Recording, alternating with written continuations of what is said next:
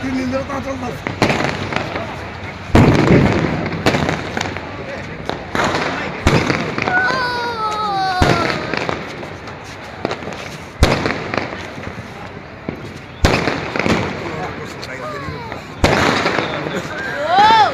ভাই আমি নিজেই খালি খালি বল ম্যানেজ করো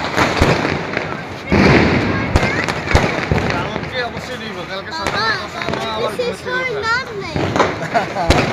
এটা অনেকক্ষণ হয় বাবা। সর্বোচ্চ চেষ্টা করছি